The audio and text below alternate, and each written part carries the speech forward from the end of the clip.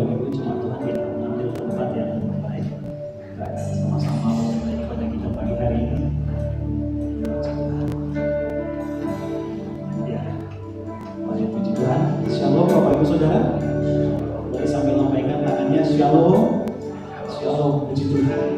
Hari ini Tuhan menganugerahkan kita waktu yang terbaik. Amin. Puji Tuhan. Kita bangun dengan tubuh yang sehat, dengan tubuh yang Tuhan berkati dapat Tuhan suatu apapun. Mari saya mengajak kita membawa segenap hidup kita untuk beribadah, menyembah kepada Tuhan pagi hari ini. Waktu yang luar biasa Tuhan berikan kepada Tuhan untuk kita pagi ini. Amin. Puji Tuhan. Mari saya mengajak kita siapkan hati kita. 1 jam ke depan kita pastikan kita mendapatkan pertemuan dengan Tuhan. Kita diberkati dalam ibadah kita ini. Kita dikuatkan, kita dipulihkan, kita diperlukan. Mari kita berdoa bersama. Bapak, terima kasih, kami bersyukur karena Tuhan yang begitu setia dalam hidup kami. Sampai hari ini, sampai detik ini kami mengalami pertolongan Tuhan yang sungguh ajaib, sungguh luar biasa untuk memelihara hidup setiap umat di tempat ini. Sebab itu kami membawa hidup kami juga kami menyembah dan memuji Tuhan pagi hari ini, mendengarkan firman Tuhan yang menjadi kekuatan, menjadi andalan di dalam hidup kami. Kami melihat, kami melalui keadaan yang tidak pasti hari-hari ini. Tapi satu keyakinan kami, Tuhan yang kami sembah, Tuhan yang kami percaya, dan Tuhan yang setia di dalam hidup kami. Tuhan yang menjadi benteng dan perisai hidup kami. Sehingga kami tidak perlu takut, tidak perlu ragu, tidak perlu khawatir menjalani hidup kami dan hari-hari kami. Bapak, terima kasih dari tempat ini Tuhan. Kami sepakat untuk meninggikan Tuhan saja, menyembah Tuhan saja. Yang layak disembah dan dipuji sampai selama-lamanya. Terpuji nama Tuhan, sebab kami menyembah Allah yang hidup, Allah yang ada di tengah-tengah kami.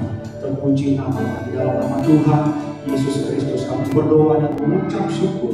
Haleluya. Sama-sama kita katakan amin. Puji Tuhan. Engkaulah perisaiku saat badai hidup menerpaku. Firman-Mu di dalamku tenangkan jiwaku. Engkau bersama, Engkaulah perisaiku saat badai hidup menerpaku. Firman-Mu di dalamku yang menenangkan, tenangkan jiwaku. Tuhan berdiri di tengah badai dengan kekuatan yang Kau berikan. Sampai kapanpun bukan bertahan, karena Yesus selalu menopang. Bukan bertahan di dalam tekanan, dengan kekuatan yang Kau berikan. Sampai kapanpun tak tergoyahkan, karena Yesus selalu menopang hidupku. Terima kasih Tuhan, Engkau berisai di dalam hidup kami. Sama-sama dengan pujian ini. Engkaulah perisaiku. Terima kasih Tuhan. Saat badai hidup menerpaku, Firman-Mu di dalamku tenangkan jiwaku. Kau bersama,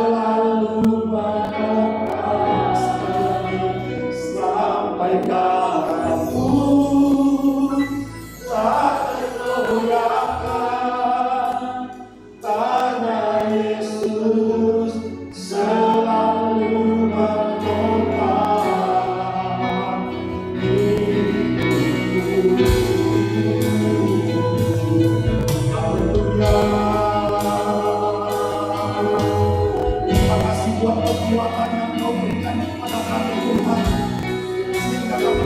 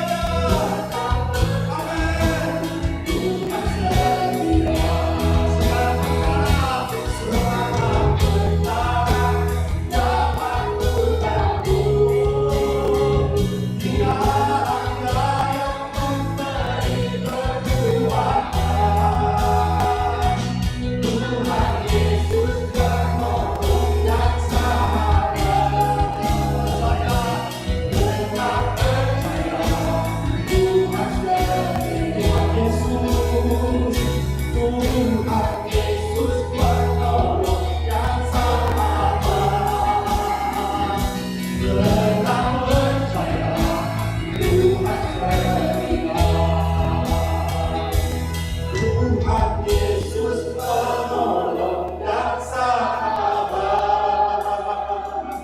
Tetap percaya Tuhan sekali lagi Tuhan Yesus, Tuhan Yesus penolong dan sahabat. Tetap percaya Tuhan setia. Sekali lagi Tuhan Yesus, Tuhan Yesus penolong dan sahabat. Tetap percaya, tetap percaya Tuhan setia.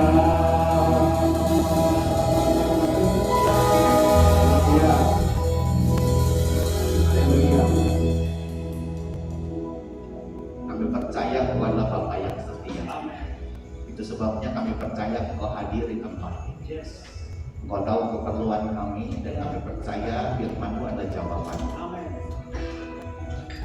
Kami yakin kami keluar tidak akan sama.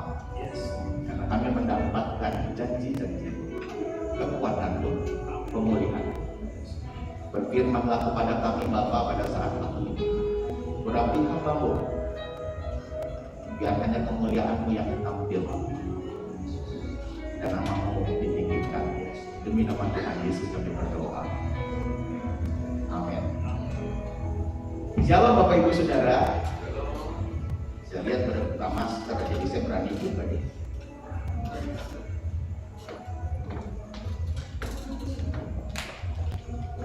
Pertama-tama saya mengucapkan terima kasih dikasih kesempatan berdiri di mimbar yang terhormat dan agung ini. Terima kasih Bapak Gembala yang tidak lain adalah bapak rohani saya, mentor saya, senior saya. Rasanya beruntung bisa bertemu dan berkenalan dengan Bapak Gembala, Pak Beni. Kata pepatah, tidak kenal maka tidak sayang. Rasanya beberapa orang mungkin sudah kenal, tapi yang lain belum. Kalau begitu, saya memperkenalkan diri saya. Nama saya Hendi Kasidi dari Jakarta. Tinggalnya di Jakarta Timur, di Duren Sawit. Sudah berkeluarga, dikaruniai istri dan 3 orang anak. Yang pertama dan kedua laki-laki, yang terakhir perempuan.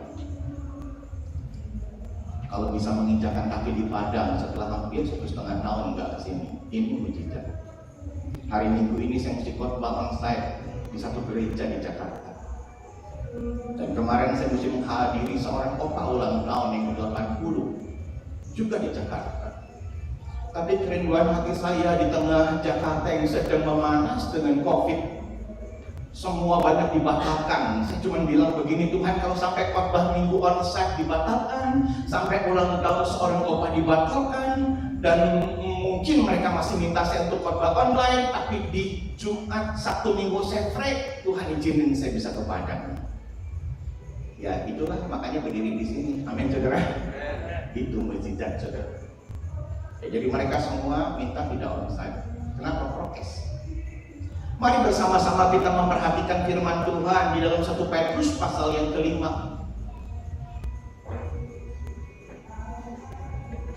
1 Petrus pasal yang ke-5, karena ini jemaat hadir dalam onsite, tidak salah untuk saya ajak membacanya saling bergantian, ayat yang ke-6 sampai 11. 1 Petrus pasal yang ke-5, ayat yang ke-6 sampai 11. Gembalakanlah kawanan domba Allah. Saya akan baca ayat 6, saudara ayat 7. Kita berselang-seling, nanti kalau tiba pada ayat 11 kita membacanya sama-sama.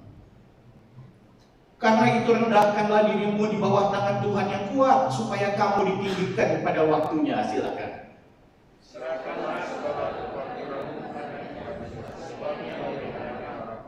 Sadarlah dan berjaga-jagalah, lawan musuh iblis berjalan keliling sama seperti singa yang mengaum-ngaum dan mencari orang yang dapat ditelannya.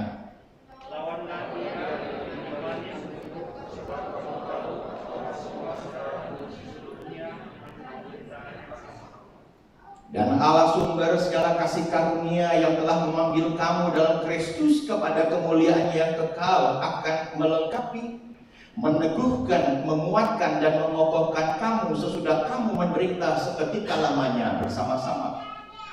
Dialah yang mempunyai kuasa sampai selama-lamanya. Amin. Yang berbahagia tentu pada saat pagi ini adalah yang membaca firman Tuhan, menyimpan baik-baik di dalam hati dan yang melakukannya. Topik sharing kita bersama pada saat pagi ini ada dalam ayat yang ke-10. Itu sebabnya judul khotbah ini hikmah di balik penderitaan. Kita sering mengucapkan kata hikmah, dan kita juga sering mendengar orang berkata hikmah. Satu waktu dalam ibadah di GKI, sahabat kami pendeta Suhud bertanya kepada jemaat, apa itu bahagia? Wah, saya juga berpikir apa ya bahagia? Kita juga sering mengucap kata bahagia. Kemudian dikasih kesempatan 2 orang di antara orang-orang yang hadir di kebaktian itu untuk memberikan jawaban. Dan seorang remaja mengangkatkan tangannya, kemudian dia berdiri, dia berkata, Pak Pendeta, bahagia apabila semua ujian dapat angka 10. Siapapun mau. Jadi kalau andai kata dapat 10 pasti bahagia. Satu lagi silakan, seorang ibu mengacungkan tangan dan berdiri, dia berkata apabila sembuh dari penyakit dan dinyatakan semua sudah bersih, negatif, itu membuat bahagia. Tapi pendeta ini berkata dua-duanya baik, tapi belum tepat. Lalu kemudian saya menunggu kalimat daripada si pendeta, dia mau ngomong apa? Dia berkata, apa itu bahagia? Bahagia adalah apabila kita sepanjang jalan itu di tengah pijakan ada pasir, ada kerikil, ada batu. Kemudian di situ kita masih bisa menemukan mutiara-mutiara yang tersembunyi di dalamnya. Dan waktu kita bisa melihat itu, kendati pun kaki sudah panas, bahkan sebagian terluka, tapi karena ada mutiara yang berharga itu semua jadi hilang. Kenapa ini loh? Ini lebih mahal. Itulah bahagia. Siapa sih yang hidup hari-hari tidak sedang menderita? Baik yang mengalami kekurangan atau kemiskinan, apalagi sedang tergeletak sakit. Yang lain lagi persoalan rumah tangga belum selesai. Yang lain lagi sedang dicekam merasa takut. Anak saya berkata harus 2 masker, Pak. Jangan sampai 1, apalagi nggak pakai masker 2. Tadi malam istri saya langsung sidak dan bertanya, coba video call pakai masker nggak? Ya dia kamar enggak, Ma. Tapi sepanjang hari ini 2 aku dosa, Ma. 1.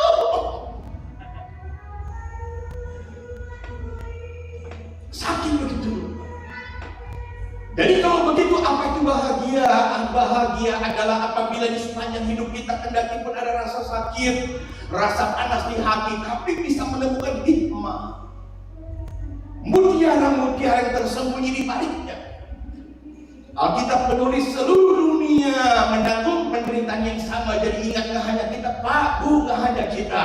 Lihat sekeliling, dengar di sekeliling, orang juga sedang susah hari-hari ini.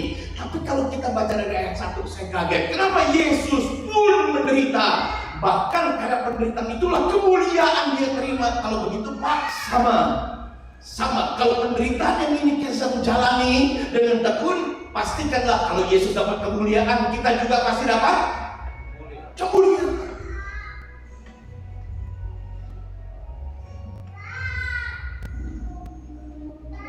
Mari sama-sama kita renungkan dari ayat 10 ini. Ada 5 berkat tersembunyi. Saya akan bacakan sedikit kalimat penting ini. Dan Allah sumber segala kasih karunia yang telah memanggil kamu dalam Kristus kepada kemuliaan yang kekal akan melengkapi, meneguhkan, menguatkan, dan mengokohkan kamu sesudah kamu menderita. Sesudah menderita, tapi kalau belum menderita nggak ketemu, nggak bakal dapat. Tapi kalau sesudah menderita, hikmahnya, mutiaranya kita bisa temukan itu. Sehingga beberapa orang berkata, untung ya waktu sakit itu. Untungnya ada waktu dirawat di situ. Kata untung ini rasanya kita juga nggak kepengen dirawat, tapi hikmahnya kita bisa dapat. Yang pertama, pada ayat yang ke-10 perkataan akan melengkapi. Jadi sesudah menderita kita dilengkapi. Dilengkapi berarti ditambah. Kalau begitu sebelum menderita kita nggak punya. Papa saya menderita lagi nih, jadi tambahin lagi. Aduh Pak, yang itu belum selesai menderita lagi nih Pak. Ya berarti ditambahin lagi. Apa yang ditambahkan? Sebelumnya kan nggak ada. Yang ditambahkan adalah pengalaman. Amin. Kita kena COVID. Tapi kalau sampai kena COVID itu pengalaman. Segala perkara dapat ku tanggung. Saya punya bahan khotbah itu.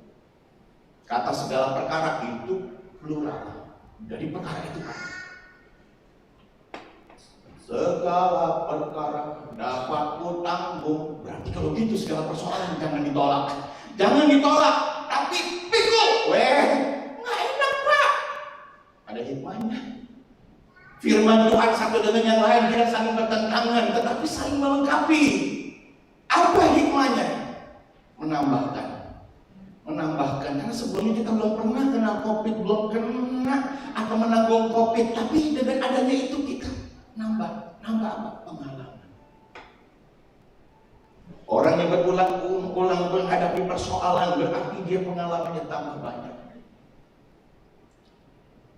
Saya dengan Pak Abun katanya seperti sekeping pada mata uang, kita cuma beda sisi. Kalau lihat dari sisi ini, Pak Hendy, di sisi ini Pak Abun. Apa hebatnya Pak? Sama-sama gemuk kami. Jadi kalau ada saya, ada Pak Abun di mana? Kalau ada Pak Abun, ya hari itu ada tamunya saya, ada saya.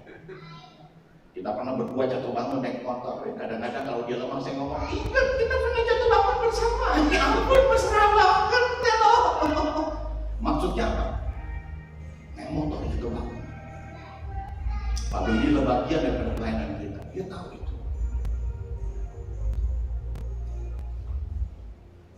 Pengalaman membuat kita diperkaya. Kalau Pak Abun punya banyak sembako, dia kaya berarti dia bisa berbagi sembako. Yang lain lagi saya nggak punya itu, tapi duit saya punya, dia bisa bagi duit. Tapi orang yang nggak punya itu dua-duanya dia bisa berbagi pengalaman. Kenapa? Karena dia satu dengan pengalaman. Berbagi pengalaman, kesaksian, testimoni sama. Saya kenal seorang ibu berdarah Bali. Dia dalam kalangan DPI sudah bergelar pendeta muda. Tiba-tiba suaminya kena gagal ginjal. Sebulan sekali mesti cuci darah. Maju. Seminggu sekali. Maju. 2 kali seminggu. Saudara, saya menyaksikan keluarga ini yang punya kapal penangkap ikan. Punya tempat di tempat pelelangan ikan. Punya salon. Satu persatu dijual. Waktu itu belum zamannya BPJS. Demi untuk suami.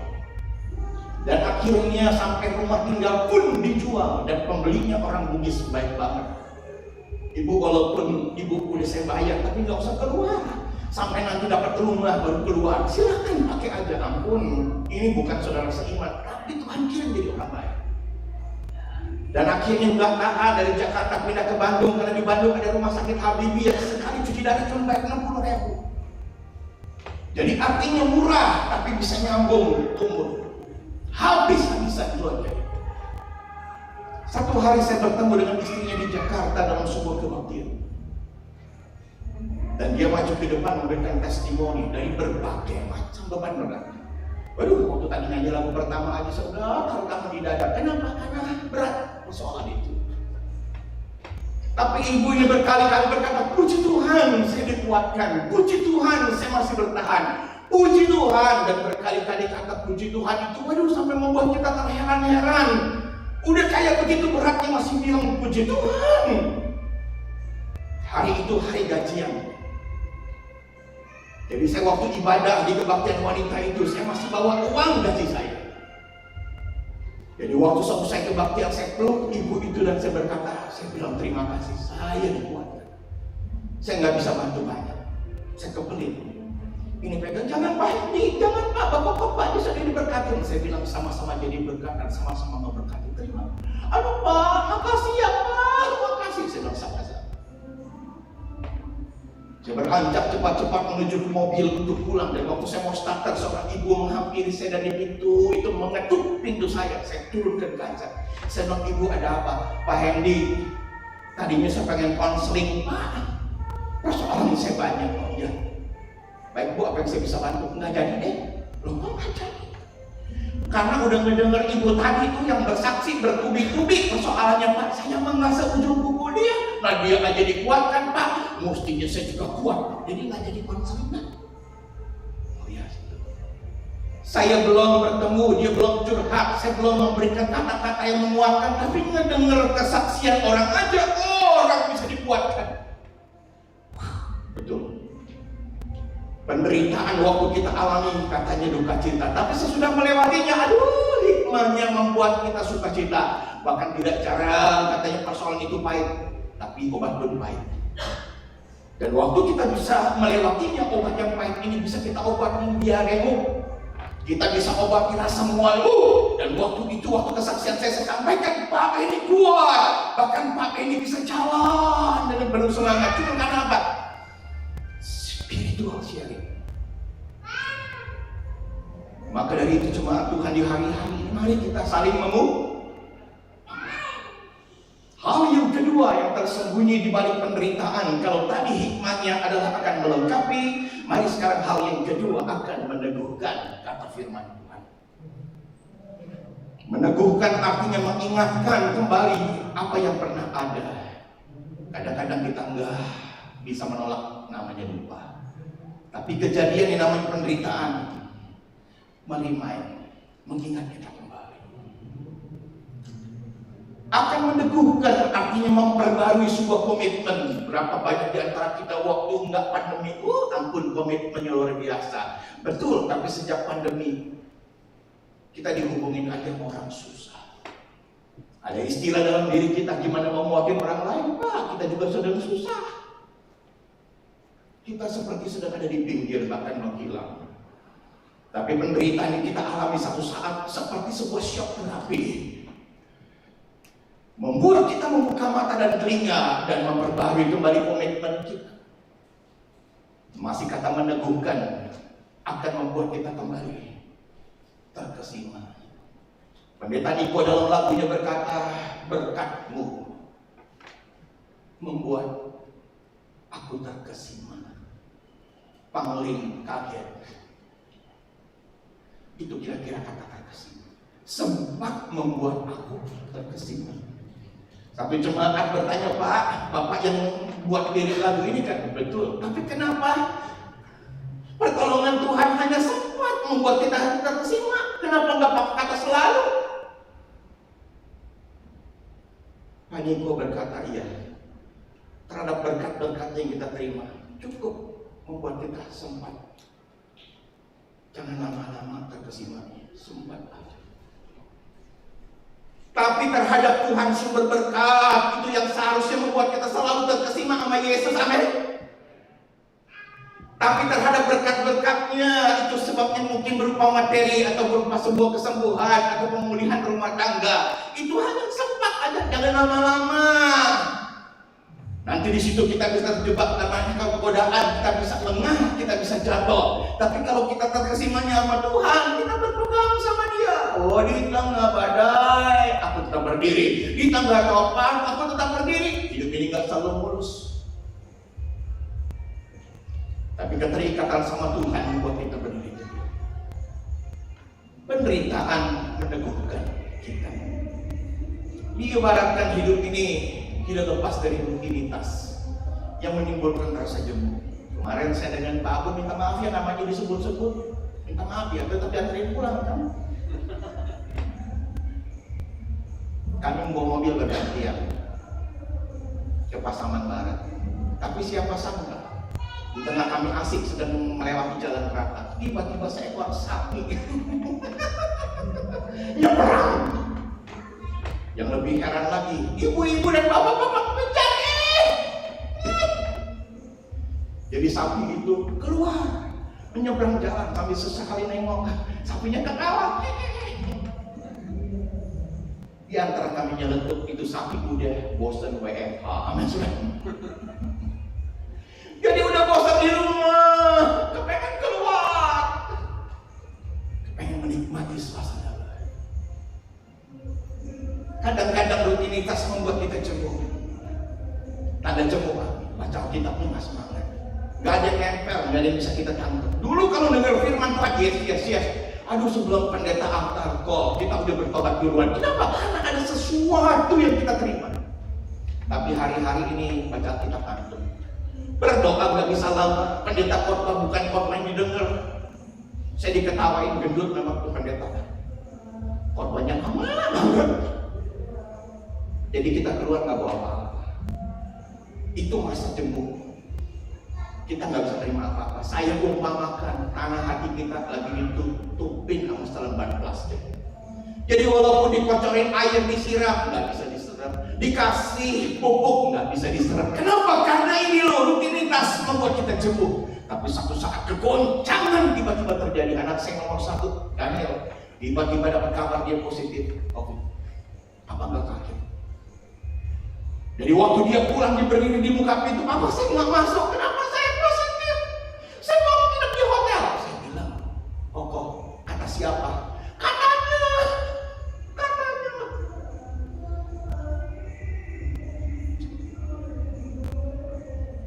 Nggak boleh panik ngadepin ini. Dan kok nggak sendiri, kita sama-sama.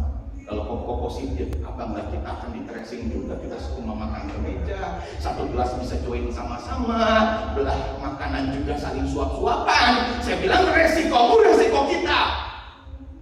Tunggu dulu di situ, jangan pergi ke hotel. Ayo turun semua adik-adiknya, istri saya panggil, kita kumpul doa, nyanyi satu pujian. Aduh, ini benar-benar seperti masa perang, nyanyi sambil nangis, nyanyi sambil minta tolong sama Tuhan. Cuma gara-gara apa? Isu COVID.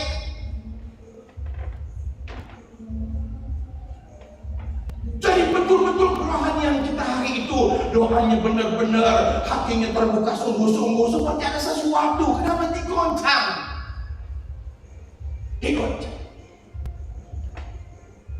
Saya bilang, dengar pendapat kita masing-masing. Joshua berpendapat, saya nggak kasih istri saya dulu. Keisha berpendapat, Pak, saya sama Koko, paling enak dah. Istri saya nambahin sedikit aja, Pak, nggak perlu ke hotel. Silakan isolasi pakai kamar bawah. Tapi kalau ada apa-apa kan kita dekat. Oke. Tapi anak saya nomor 2 punya sesuatu yang perlu di underline dan diulangi. Saya bilang, tapi kok kembali ke pendapat Jojo. Jojo bilang, ambillah keputusan senyaman Koko. Jadi kalau Koko nyamannya di hotel, Papa kan antri. Tapi kalau pendapat kita semua acceptable dan Koko putuskan isolasi di kamar bawah, itu lebih baik karena Mama sarankan seperti itu. Dan anak saya melunak dan berkata, ya udah di kamar bawah. Dan besoknya kami PCR 5 menit. Dan hasilnya jam kerja membuat kita takut. Katanya jam 9, tapi ini jam 9 belum ditelepon juga. 9 seberapa, dokter susah menelpon saya. Pak ini, iya dok. Blessing buat Bapak, amin. Pak cuma mau kasih kabar aja, semua 5-5-nya negatif. Bener dong? Iya. Haleluya, makasih. Hai, ada kabar. Istri saya nggak jauh dari saya, tiba-tiba ke kamar. Ada apa, Pak? Dokter Susan bilang semua kita negatif. Ya!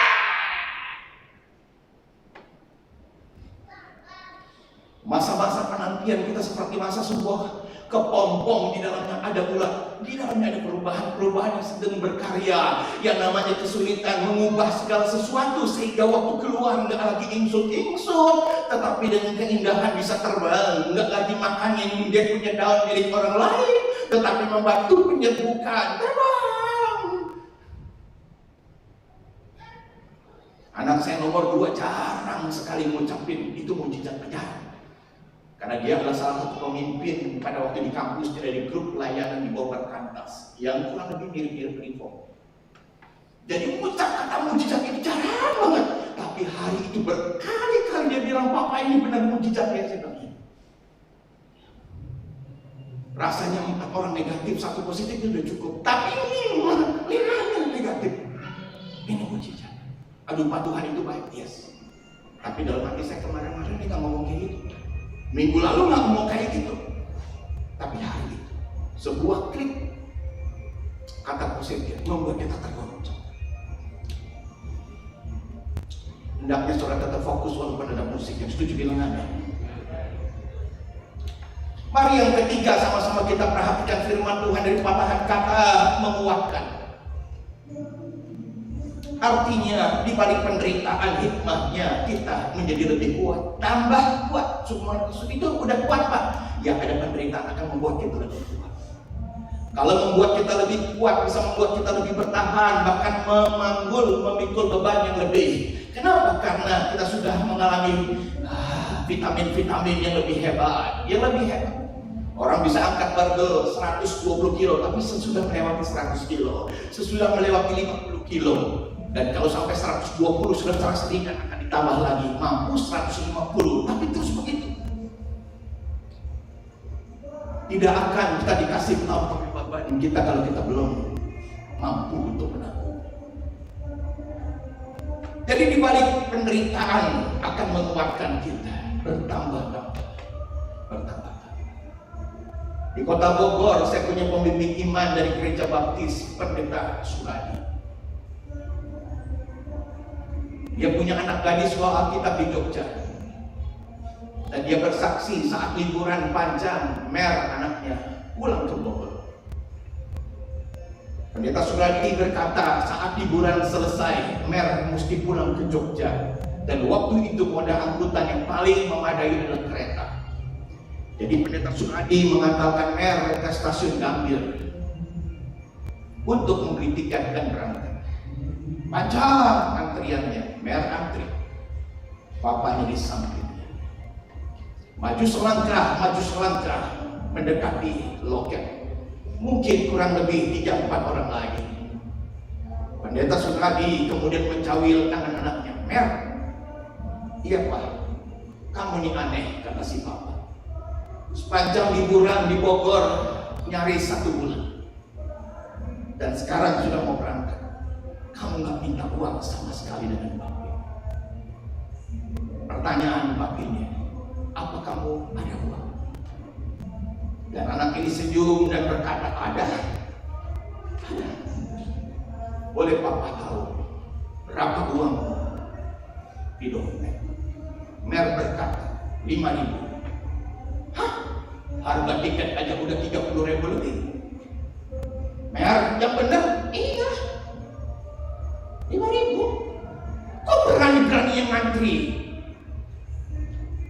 Aduh Papa, Mary kan tahu siapa Papa Mary. Mary yakin sebelum sampai loket Papa sudah pasti kasih uang.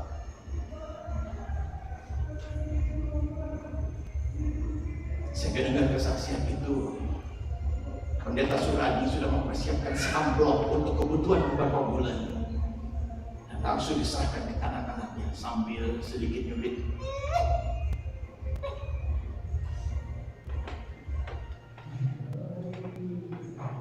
Kenapa Mary bisa berkata? Mary tahu Papa Mary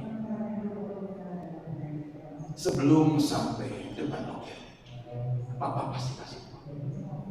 Karena dia bertahun-tahun hidup dengan bapaknya. Masa kecil, masa remaja, pemuda sampai sekarang sekolah dan sampai hari itu, bapaknya nggak pernah telantarkan dia.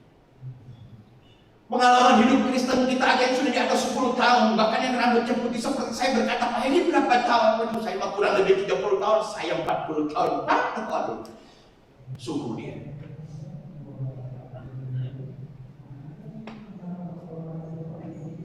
Tapi perjalanan kedewasaan tidak ditentukan dari berapa lama jadi Kristen. Ketua yayasan saya mengirim kata-kata mutiara tiap hari.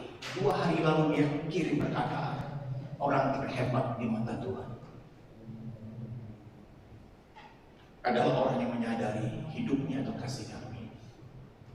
Jadi orang-orang terhebat di mata Tuhan bukan orang yang depositonya besar, propertinya banyak, namanya sering muncul di dunia maya. Bukan itu, tetapi yang terhebat di mata Tuhan, sekali lagi di mata Tuhan, yang menyadari hidupnya adalah kasih karunia. Kalau engkau masih hidup itu kasih karunia, kalau engkau masih sehat itu kasih karunia, kalau engkau masih bisa dikelilingi oleh orang-orang yang kau kasih, itu juga kasih karunia. Kenapa bisa menyebut kasih karunia? Enggak jauh hubungannya dengan kebaikan Tuhan. Jadi kebaikan Tuhan kebaikan Tuhan, dan kebaikan Tuhan di masa lalu seharusnya membekali kita seperti ransel, membuat kita nggak takut kekurangan apapun. Kenapa? Karena pengalamannya yang lalu sampai hari ini, Papa tuh baik, Bapa di surga baik. Dan kalau aku juga mengingat itu, berapa lama aku telah percaya Tuhan, berapa kali ditolong sama Tuhan, berkali-kali Pak. Saat anak sakit, saat mengalami konflik rumah tangga, saat mengalami saya keluar kerja, aduh, begitu mengerikan. Tetapi kenyataannya, Bapak tolong. Dan itu yang membuat saya, aku percaya Tuhanku tak saya. Dia turun tangan memberkatiku untuk hari ini. Aku percaya Tuhanku dahsyat. Dia turun tangan memulihkanku. Yang setuju bilang amin. Aduh, anak saya berkata, Papa berangkat sendiri nggak takut. Jujur, rasa takut aja. Tapi kalau melihat Tuhan, lihat pengalaman yang di lalu-lalu, bagaimana penyertaan Tuhan, rasanya kok nggak terlalu takut. Saya bilang, pasti setiap jengkal, setiap langkah Tuhan sediakan. Dan buktinya, puji Tuhan ya Pak, sudah hari kedua di Kota Padang. Kalau Tuhan kehendaki nanti malam berangkat ke Mentawai, masih ada tugas, masih diselesaikan. Tapi lagi sekali, penderitaan membuat kita semakin tambah kuat. Setuju bilang amin? Tambah yakin. Mari yang keempat, firman Tuhan dari ayat yang ke-10, hikmah dibalik penderitaan akan mengokohkan kita. Saya pinjam ayat dalam Yesaya 54, ayat yang kedua, boleh saja ditayangkan. Lapangkanlah tempat kemahmu dan bentangkanlah tenda tempat kediamanmu. Janganlah menghematnya, panjangkanlah tali-tali kemahmu dan pancangkanlah kokoh-kokoh patok-patokmu. Wah, ini luar biasa, ada kata pancangkan, tancapkan, kokoh-kokoh patok-patokmu. Jadi kata kokoh-kokoh ini dalam hal yang keempat akan mengokohkan. Ini punya kesamaan bahasa. Jadi kalau kita bicara kokoh, ini artinya memperdalam. Tadi sudah ada menancap, tapi cuma asalan. Oh, dipukul lagi lebih dalam, dipukul lagi lebih dalam. Kenapa? Karena tenda yang didirikan jauh lebih besar, butuh ketahanan, makanya kudu dipukul lebih dalam, pukul lebih dalam. Jadi kalau begitu mengokohkan, penderitaan membuat kita mengenal Tuhan lebih dalam. Pendeta Yakob Nahawai waktu beliau hidup mengucapkan kalimat indah. Apa hasil kalau kita mengenal Tuhan? Apakah melotot ayat Alkitab? Apakah khotbahnya jadi lebih bagus? Apakah kita jadi lebih terkenal? Apakah kita mendapatkan cap sebagai pendoa? Pendeta Yakob Nahawai berkata, kalau kita mengenal Tuhan, yang pertama, kita tidak takut setan. Yang kedua, kalau kita mengenal Tuhan lebih dalam, kita nggak takut mati. Nggak takut mati. Anak saya berkata sebenarnya kita bukan sedang takut sama COVID, kita sedang takut mati. Tapi orang yang mengenal Tuhan nggak takut mati. Kemarin teman saya berkata, Pak udah sampai Padang. Saya bilang udah, hati-hati Pak, waspada Pak. Saya bilang ini.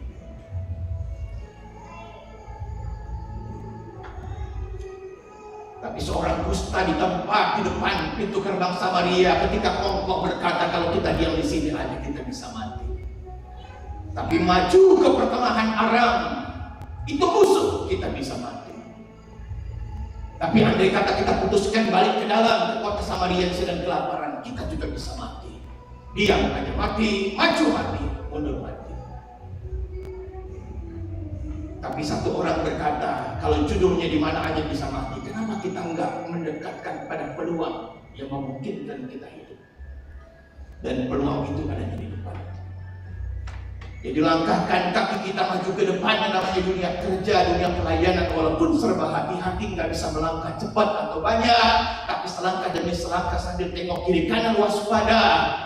Siapa tahu orang Aram bermurah hati kasih sekeping roti buat kita. Siapa tahu musuh dipakai Tuhan. Akhirnya mereka putuskan melangkah. Apa yang terjadi? Kok nggak ada orang Aram? Apa yang terjadi? Loh, kok ada orang bergelimpangan?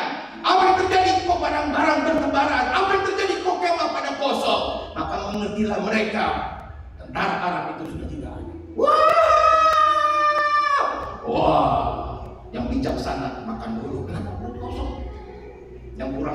lari ambil sana, lari ambil sini. Yang masing-masing punya kebutuhan tidak sama.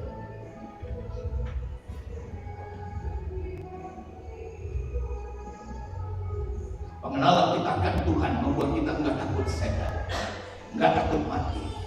Dan pendeta Yakub Nahawi berkata satu kata lagi, kalau kita lebih dalam kenal Tuhan, kita enggak takut hidup susah. Kemarin kami menghadiri sebuah pernikahan, itu sebuah misteri. Tapi ada satu orang berkata, jangan sampai susah kok, amin amin, amin amin. Tapi kalau susah, Richard Niebuhr berkata, berikan aku Roh Kudus-Mu Bapa, supaya ada mujizat dalam hidupku. Tapi andai kata nggak ada mujizat, tetap berikan Roh Kudus-Mu supaya aku bisa bertahan dalam masa susah. Dan kalimat ketiga membuat kita tercengang. Dan aku mohon Roh Kudus-Mu buat kami mengerti akan semua yang terjadi. Nah, ini hikmah. Sehingga situasi apapun terburuk, terberat masih bisa mengucap syukur, mengokohkan, membuat lebih dalam, membuat kita memperbarui komitmen. Saya khotbah di sebuah gereja GKI di Kedoya. Rada jarang orang di luar GKI bisa khotbah di tempat itu. Dan rupanya kebaktian tengah minggu diperbolehkan lebih lunak, full musik, ada kesaksian. Jadi sebelum saya khotbah, naiklah seorang ibu masih muda namanya Ibu Yeni. Dia tinggal di Menceng di sekitar daerah Cangkarai. Dia bersaksi, perkenalkan nama saya Yeni, saya dari Bangka Belitung. Kalau ada kesamaan minta maaf. Warga kami bukan Kristen dan saya satu-satunya di kota Jakarta merantau kerja di sebuah garmen. Bertemu dengan orang itu, orang ini, dan bertatap muka dengan satu pemuda. Dia jatuh cinta. Yang di sana juga jatuh cinta, cinlok. Dan pemuda itu adalah seorang pemuda Batak. Dan akhirnya mereka bersepakat untuk melanjutkan ke pernikahan. Tapi yang Batak berkata, kalau kita jadi married, kamu jadi Kristen. Demi cinta, dia jadi Kristen. Ikut PA, ikut katekisasi, ikut CD. Dan akhirnya berhak untuk diberkati di gereja. Cuma gara-gara cinta, percaya Yesus, jadi Kristen. Tapi saudara, ketika tahun pertama pernikahan terjadi, lebih terbuka sekarang siapa suaminya. Suaminya cuma seorang Kristen KTP. Tidak berdoa pagi, tidak baca Alkitab. Dan kehidupannya jauh daripada kehidupan yang Kristus ajarkan.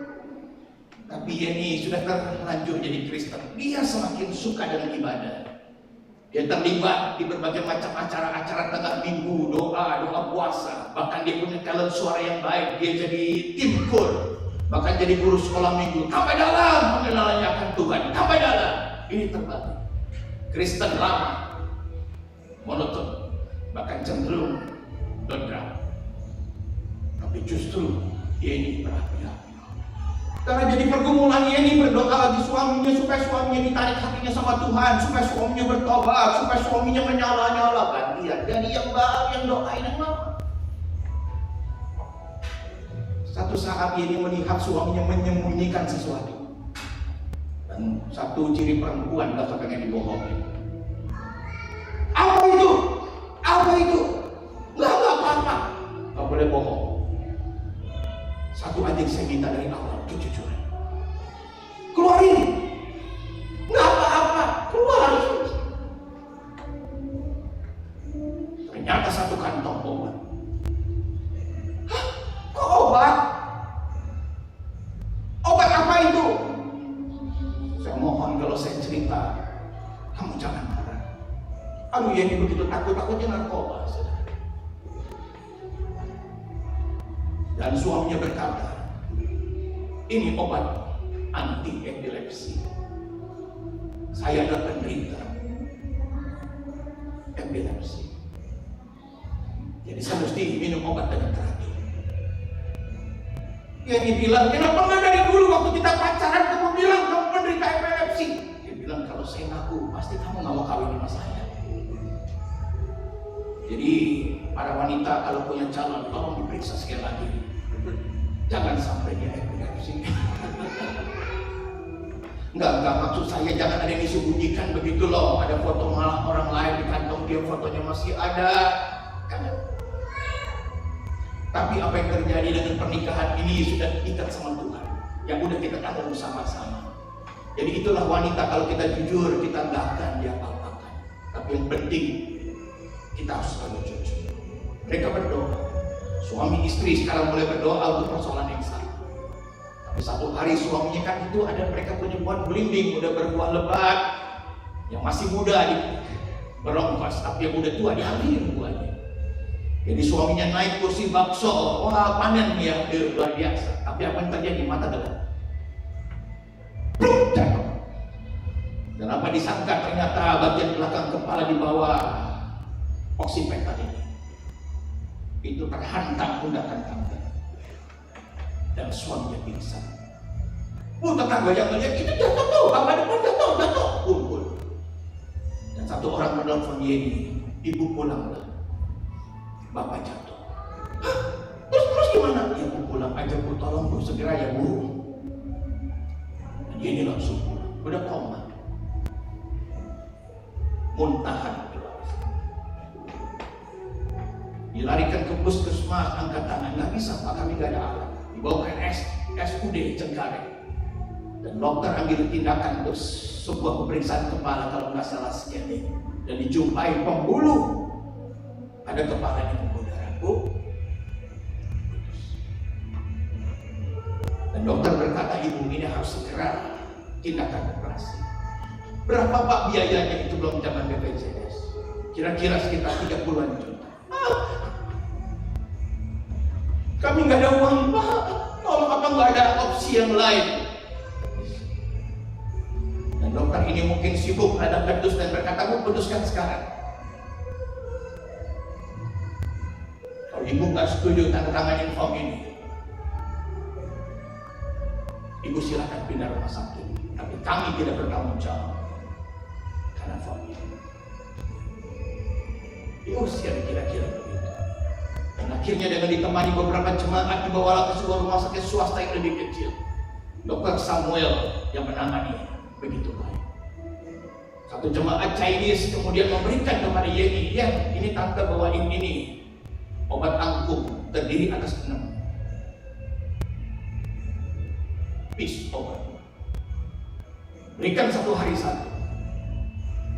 Kalau sampai 6-6-nya tidak berubah, tetap koma, ya udah serahin sama Tuhan. Aduh tante, iya kita coba, tapi semua kedaulatan ada di tangan Tuhan. Baik tante kalau gitu, iya tante doain terus ya tante ya. Iya. Dan dia berhadapan dengan dokter Samuel, dia berkata, dokter saya minta waktu 6 hari, mohon untuk tidak dioperasi. Dokter Samuel penuh pengertian, dia berkata, baik, saya nggak keberatan, tapi tolong tanda tangan di form ini. Jadi kalau terjadi apa-apa dengan pasien karena 6 hari ini, itu bukan karena kelalaian kami, tapi karena permintaan ibu. Dan dia tanda tangan. Saudara tahu ini seperti menunggu orang lahir. Obat pertama, kedua, ketiga, keempat, kelima, nggak ada respon. Tapi memang Tuhan seringkali tampakkan kemuliaan di ending, di waktu terakhir. Dan pada waktu obat terakhir, mengertilah dia, detik, menit, jam akan mengubah status dia jadi janda. Dia menangis. Mana lagi anak keduanya baru lahir. Siapa sih yang bisa sanggup menjalani hidup yang berat kalau seorang diri? Bapak, aku nggak sanggup, aku nggak siap. Dan obat ke-6 itu diberikan. Dan dia tunggui. Menjelang pagi kurang lebih jam 2, suaminya menggerakkan kaki, menggerakkan tangan, membuka mata, dan memanggil-manggil, Dian. Dia bangun dari kolong tempat tidur. Dian, aku haus. Ini siapa? Ini. Suster, minum. Buat siapa, Bu? Buat suami saya. Emangnya? Dia bangun. Geger rasanya. Suaminya tahu. Nggak salah nyebut nama istrinya alias saja. Jadi cerita yang membuat Dr. Samuel datang lebih cepat lagi dan melihat pasien. Dr. Samuel yang Kristen berkata, ini mujizat. Ini mujizat. Bu Yeni, gantian saya minta tolong. Tahan 2 hari di sini. Saya akan lakukan riset ulang untuk melihat apakah betul-betul ini nyambung atau sebuah fenomena. Setelah itu dia akan kolek lagi, akan mati. Yeni berkata, dokter, silahkan, saya nggak keberatan. Jadi 2 hari digunakan oleh Dr. Samuel untuk adakan riset dan kesimpulannya memburu di kepala. Kami ada di ruang utama gereja GKI. Menurut saya agak langka kalau orang GKI tiba-tiba spontan tepuk tangan. Tapi hari itu begitu riuh, gegap gempita mendengar kesaksian Ibu Yeni. Saya tidak kehilangan momen itu. Dan Ibu Yeni berkata, saudara, di ujung kesaksian saya mau kenalkan suami saya. Suaminya maju. Seorang pemuda Batak, ganteng, tinggi besar badan. Istrinya kecil, mungil. Sang suami menggandeng pundak istrinya. Istri memegang pinggang suaminya. Mereka kasih kode Yeni ke suaminya. Mike berpindah tangan.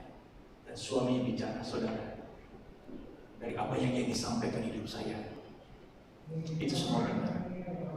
Saya hanya Kristen KTP. Tapi sejak kejadian itu mengubah hidup saya. Sekarang hidup saya tidak ada yang lebih indah kecuali melayani Tuhan. Wah, senang. Tepuk tangan lagi. Suaminya berkata, mungkin Yeni tidak ceritakan, padahal itu penting. Tapi saya akan ceritakan. Sesudah kejadian itu, kami sudah boleh pulang, menghadapi hidup seperti biasa. Tapi saya baru menyadari sejak kejadian itu saya tidak bergantung dengan obat lagi. Dan saya berkata, ya, kita periksa yuk tentang epilepsi saya. Dan ke dokter yang sama yang tahu sejarah penyakit suaminya, dokter itu berkata kaget-kaget, kamu sudah sembuh. Bertahun-tahun hidup dengan epilepsi, tapi semua goncangan penderitaan two in one. Bukan hanya menuai mujizat, pembuluh darah bisa nyambung lagi, tapi epilepsi sembuh. Ibu ini masih hidup sampai saat ini. Penutup daripada khotbah ini, pada bagian terakhir daripada bacaan kita, ini adalah hal yang kelima, ayat 10. Bahwa penderitaan itu seketika lamanya. Katanya dalam bahasa Ibrani, kata ini diterjemahkan setara dengan orang mengedipkan mata. Tadi melihat, sebentar aja. Jadi penderitaan itu seketika lamanya. Izinkan kalimat ini menutup khotbah ini. Ini berarti penderitaan ada akhirnya, ada batasnya. Dan jangan lupa, kalau kita bisa melewatinya bersama dengan Tuhan, ada kemuliaannya. Yang setuju bilang amin. Ada upahnya. Mari jemaat sama-sama saya undang kita. Ku kan berdiri di tengah badai. Ya, kita angkat pujian ini tadi sudah diawali.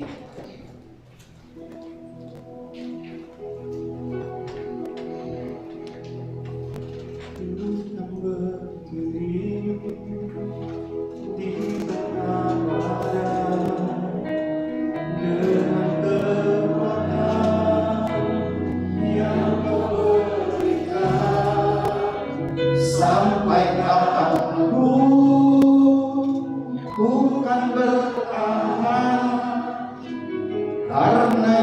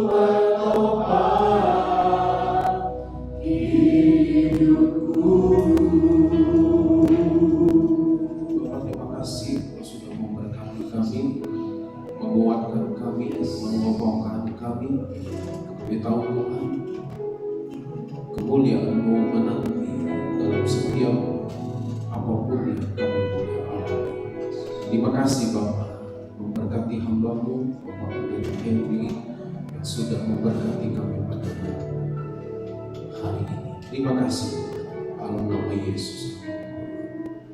Amin. Saudara, Bapak Ibu semua sudah terima roti dan anggur. Kalau ada yang belum, tolong membawa.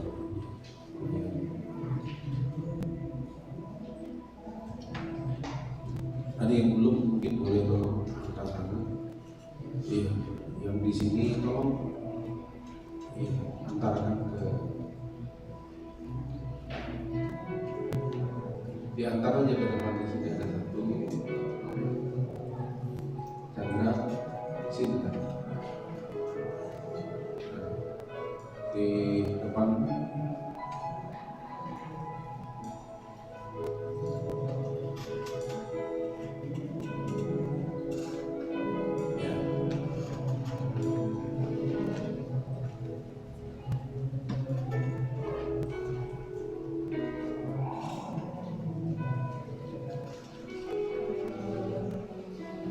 Biarlah hari ini Bapak Ibu dalam perjamuan kudus kita boleh diperbaharui, boleh dikuatkan kembali. Tuhan bersama-sama dengan kita. Bapak terima kasih Tuhan untuk hari ini. Kami bersyukur kepada-Mu Tuhan. Kami sudah dikuatkan lewat firman, mengingatkan kembali kepada Kami. Mau Kau mati berkorban supaya kami menerima kemuliaan. Terima kasih kekuatan yang Tuhan boleh berikan kepada kami. Bersyukur kepada Mu. Terima kasih. Kuduskan roti dan anggur ini Tuhan. Biar ini boleh menjadi layak buat kami semua. Mari saudaraku, kita mengangkat roti di tangan kita.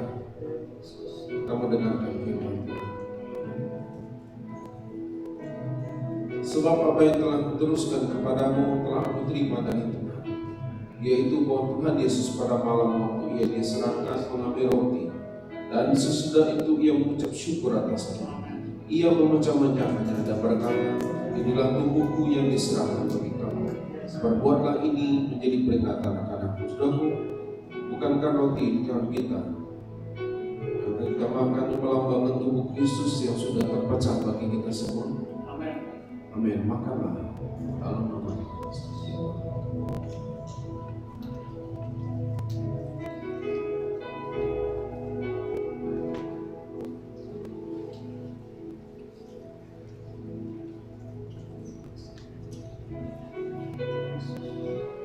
Demikian juga yang mengambil cawan, sudah makan kita angkat cawan di tangan kita.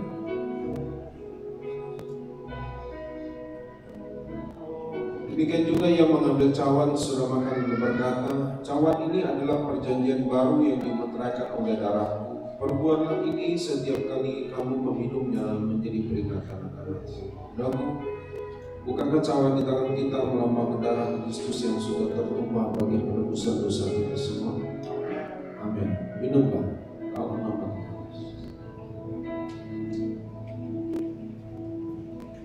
Mari mengucap syukur kepada Tuhan. Terima kasih, terima kasih, terima kasih, terima kasih.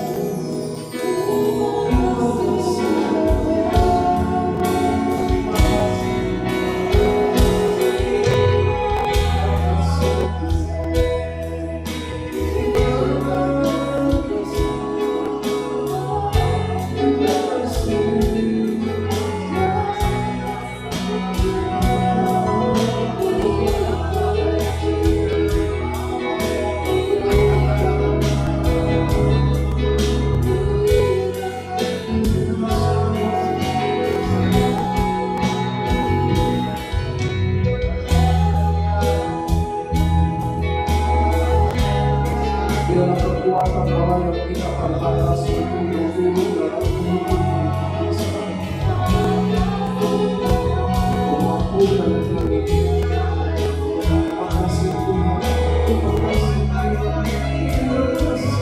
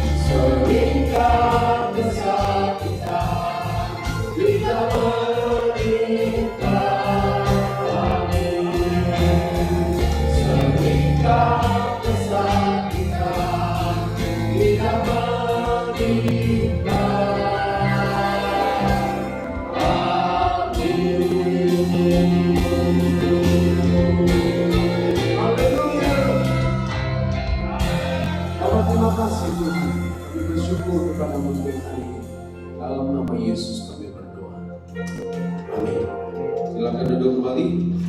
Terima kasih Pak Hendy sudah boleh memberkati kita pada siang hari ini. Pak Hendy tadi terlalu merendah bilang saya mentornya. Pak Hendy yang lebih tepat jadi mentor buat saya.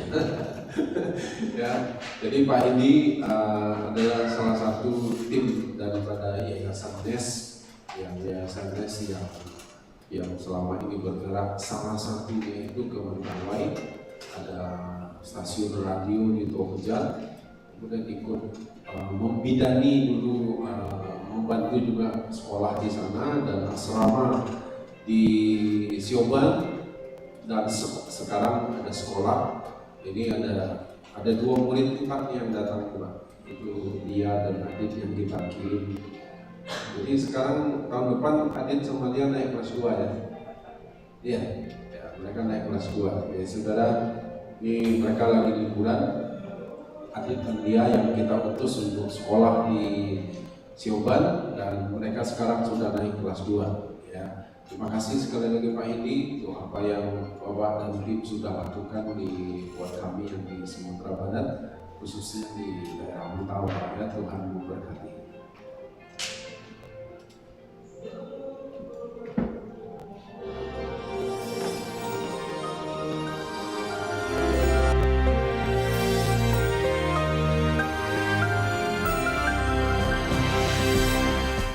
Shalom warga kerajaan, tema kita berbicara tentang orang-orang muda yang dipakai oleh Tuhan. ada seorang muda yang luar biasa tapi jarang diceritakan, yaitu Jonathan bin Saul. Seringkali kalau kita bicara melawan orang Filistin, selalu yang diceritakan bahkan di sekolah minggu, Rocky dan sebagainya adalah David, anak Isai. Tapi kita lihat di sini, dalam 1 Samuel 14, dia yang memulai peperangan melawan tentara Filistin. Dan jangan lupa ayat sebelumnya dikatakan orang Israel tidak punya senjata. Ya, tidak punya senjata, hanya Saul dan Jonathan yang punya pedang dan tombak. Dan saat itu dia berkata kepada seorang yang lebih muda lagi, ya, yang masih remaja, yaitu his armor bearer. Saya percaya Jonathan masih muda waktu itu, karena dia ya contemporary daripada David, kurang lebih ya usia 20, karena dia sudah jadi tentara. David lebih muda. Tetapi yang pembawa senjatanya ini ternyata yang lebih muda lagi. Jadi jangan anggap mau dianggap rendah sekalipun kau muda. Dan dia berkata, mari kita menyeberang. Mari kita tantang tentara Filistin. Sementara yang lain sedang sembunyi. Tuhan sedang memberikan spirit semacam Jonathan dan pembawa senjatanya, his armor bearer. Dan saat itu saudaraku, Filistin ada di seberang sana. Dan untuk pergi ke sana harus yaitu naiki tebing yang sangat tinggi dan sangat berbahaya sekali. Dan di situ ada 2 lamping gunung di mana saudaraku itu lorong yang sempit. Dan itu tempat yang baik untuk duel. Dan apa yang terjadi?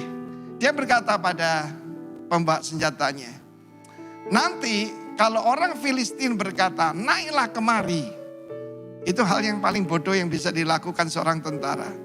Itu tanda bahwa Tuhan telah memberikan kemenangan pada kita. Apa yang hilang daripada kita? Holy boldness. Daring. Apa yang saya belajar dari Bapak rohani saya? Saya dulu is armor bearer. Dan dia sangat daring, sangat berani, sangat bold. Dan itu yang saya belajar dari beliau.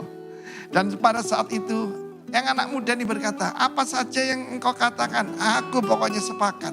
Dia seperti bayangannya. Dan apa yang terjadi saudaraku, mereka mengalahkan tentara Filistin. Dan saat itu 20 orang tentara Filistin bersenjata lengkap. Saudara bisa bayangkan kalau dari gambar di belakang ini, ya betul-betul dia cuma punya pedang dan 1 tombak saudara. Dan armor bearer-nya yang membawa perisai. Perisai gambaran faith, iman. Dan anak muda ini ikut membunuh yaitu 20 tentara Filistin tadi. Apa akibatnya? Mereka semua mengalami kegoncangan luar biasa. Bahkan bumi bergoncang. Saya heran kisah ini kok jarang diceritakan. Dan hari ini saya ceritakan pada saudara bahwa Tuhan sedang akan memakai Jonathan dan the armor bearer itu. Kenapa namanya gak disebut? Put your name kepada dia. Karena itu cari seorang pemimpin rohani yang punya holy boldness, keberanian karena benar, keberanian karena kekudusan. Belajar pada dia, jadi bayangannya. Dan kamu akan mengalami dipakai oleh Tuhan secara luar biasa. Apa pesan moral daripada tentara dari cerita ini? Jonathan tidak cerita pada Saul, pasti dilarang. Gila kamu. Itu mereka bersenjata lengkap, kita nggak punya apa-apa. Tetapi dia berkata, orang Filistin adalah tidak berhak untuk dapat kemenangan. Filistin artinya imigran. Dan dia berkata, Filistin yang tidak bersunat. Dia berkata, aku masih muda. Tetapi aku bersunat artinya aku punya perjanjian dengan Allah pencipta langit dan bumi, yang berkuasa atas langit dan bumi, dan Allah yang memberikan kemenangan. Saudara yang kasih Tuhan, maybe gereja Tuhan dalam keadaan seperti ini, tidak banyak yang punya senjata, yaitu firman Tuhan. Dalam hidup ini yang kita butuhkan adalah kuasa daripada firman Allah. Dan saya percaya pada saat itulah hati daripada tentara Filistin jadi gentar. Sehingga mereka mengajukan, yaitu Goliat untuk bertempur dalam 1 Samuel selanjutnya, 16 dan selanjutnya. Tetapi dimulai kemenangan daripada Jonathan bin Saul. God bless you. Jadilah armor bearer yang baik. Haleluya. Amin. Kita siang hari ini sehingga kita dapat berdiri sekali lagi bersama-sama. Segala perkara dapat berlaku di dalam Dia yang memberi kekuatan.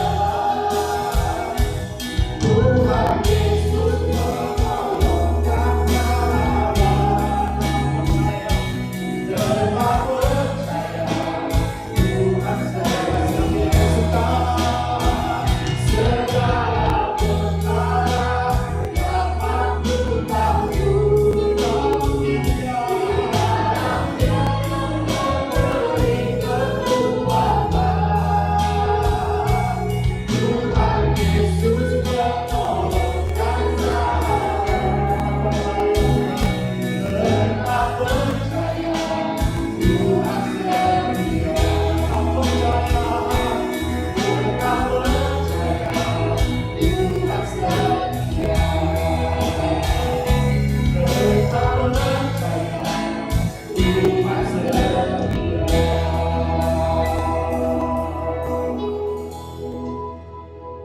tetap percaya Tuhan bahwa Engkau Allah yang setia. Kami percaya Engkau Allah yang menyertai hidup kami.